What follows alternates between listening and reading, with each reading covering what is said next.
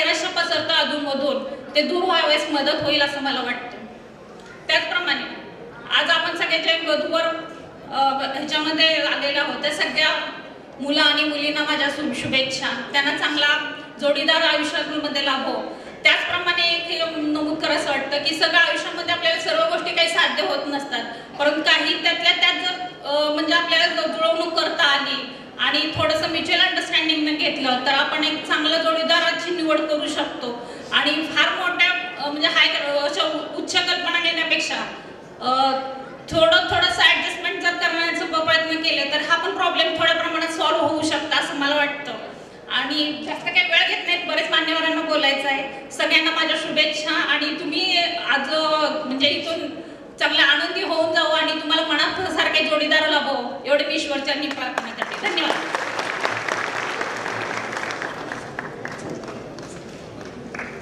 या ठिकाणी आपण मान्यवरांचा परिचय करून घेतलेला आहे. शिक्षण क्षेत्र, पोलीस खाते, डॉक्टर, वकील अशा सर्व क्षेत्रातली मंडळी आपल्या कार्यक्रमाला उपस्थित आहेत.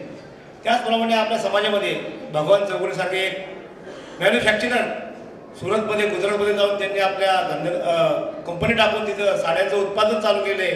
आणि ते गुजरात शाखेचे आपले अध्यक्ष आहेत भगवान चौगुले की त्यांनी एक वेगळी लाईन पकडून आपल्या समाजामध्ये एक कापड क्षेत्रामध्ये नाव कमवलेलं आहे सुरतमध्ये. ते आपल्या गुजरात शाखेचे अध्यक्ष भगवान चौगुले आपल्याला थोडक्यात मार्गदर्शन करतील. भगवान चौगुले. कारण की खूप वेळ झाला आहे आणि आपला जे कार्यक्रम ज्या कार्यक्रमासाठी आपण आले ते कार्यक्रम आपल्याला सुरू करायचा आहे. मी फक्त जावेद साहेबांचं खूप खूप अभिवादन करतो की त्यांनी हे 5 वर्ष खूपच मेहनत करून आणि त्यांचा पूर्ण स्टाफ वगैरे त्यांनी पण मेहनत करून सर्व हे कार्यक्रम पार पाडतात आहे. त्यांच्यामुळे मी त्यांचं खूप खूप अभिनंदन करतो सर. Thank you very much. माझा मानाचा जय महाराष्ट्र. माझे वरिष्ठ जावेद साहेब आणि संदीप गुळे साहेबांचीच माझी ओळख आहे. यांना माझा जय महाराष्ट्र. मला एकच बोलायचं आहे, आपल्या समाजामध्ये मी बीड जिल्ह्यामधून भागीरथी जाधव आलेली आहे. तर मला एक सांगायचं आहे की तुम्हाला काही गोष्टी बीड जिल्ह्यातल्या माहीत नसेल तर मी माझे वरिष्ठ लोक झोपीत असलेले त्यांना मी जागृत करायसाठी बोलायला लागलेले की आपल्या समाजामध्ये असं चालतंय की काही लोक आपली जात लपवतात. ती मला दिसून आल्याच्या नंतर मी एक रोखोक बोलायचं तर मी तुमचा एक आदेश घेऊन बोलणार आहे. जे काय आपली जात लपवत असेल त्याला मी धडा शिकवल्याशिवाय राहणार नाही. आज मी शिवसेनेमध्ये मला मराठा म्हणून ओळखते.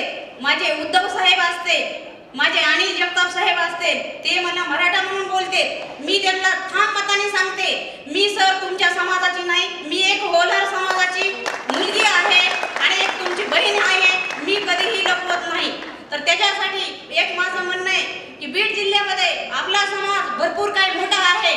तर मी स्वतःहून कुणाची साथ नाही घेता माझ्या बचत गटाचं स्वतःहून खेडोखडीने काम चाललेलं आहे. मी स्वतःहून एक रजिस्टर घेऊन मी आपल्या होल्यारा समाजाचे एकट बचत गट करून मी तुम्हाला त्याचा उल्लेख करून देईन. आज 12 महिन्याला मी आपल्या होलार समाजाची डिटेल तुम्हाला मी यादी करून देईन. इतक्या समोर मी हे खरोखर सांगत आहे. तर माझं एकच म्हणणं आहे, मी जेणेकरून आपल्या समाजामुळे कुठं अन्याय होत असेल तर आज मी तुमचे सगळ्यांचे फोन नंबर घेणार आहे. जे काय वरिष्ठ लोक आहेत ना त्यांचा फोन नंबर घेऊन जाणार आहे.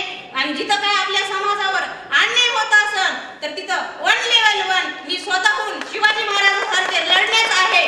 मला मारायची आणि मरायची कसलीही भीती नाही हे सगळ्यासमोर सांगते आणि माझे 2 शब्द बोलते. जय हिंद, जय महाराष्ट्र. यानंतर या आपल्या संघटनेचे राष्ट्रीय अध्यक्ष डी.के. जावेद, ज्ञानेश्वर जावेद आपलं 2 मिनिटांमध्ये म्हणून व्यक्त करतील. डी.के. जावेद राष्ट्रीय अध्यक्ष.